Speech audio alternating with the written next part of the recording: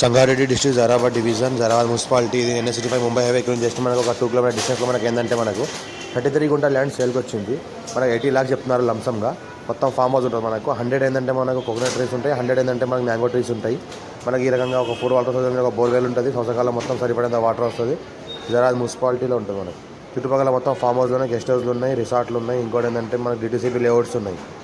ఇది ఎవరైనా ఇంట్రెస్ట్ ఉంటే మాకు కాల్ చేయండి. సబ్స్క్రైబ్ మా ఛానల్ని ఫస్ట్ విజిట్ చేస్తే సబ్స్క్రైబ్ చేసుకోండి, మీ ఫ్రెండ్స్ షేర్ చేయండి. లో కాస్ట్ వీడియో పెడతాను, చూస్తూ ఉండండి.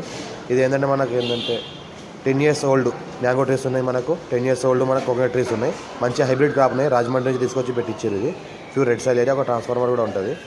అర్జెంట్ సేల్కున్న ప్రాపర్టీ, డైరెక్ట్ ఫార్మర్ దగ్గర ఛాన్స్ ప్రాపర్టీ. టైటిల్ మొత్తం క్లియర్గా తీసుకోవాలి. ప్యూర్ రెడ్ సాయిల్ ఏరియా మనకి. ఈ రకంగా మనకి ఏంటంటే మనకు ప్లాంటేషన్ ఉంటుంది మొత్తం మనకు కొబ్బరి తోట. జరాబాద్ మున్సిపాలిటీలో వస్తుంది.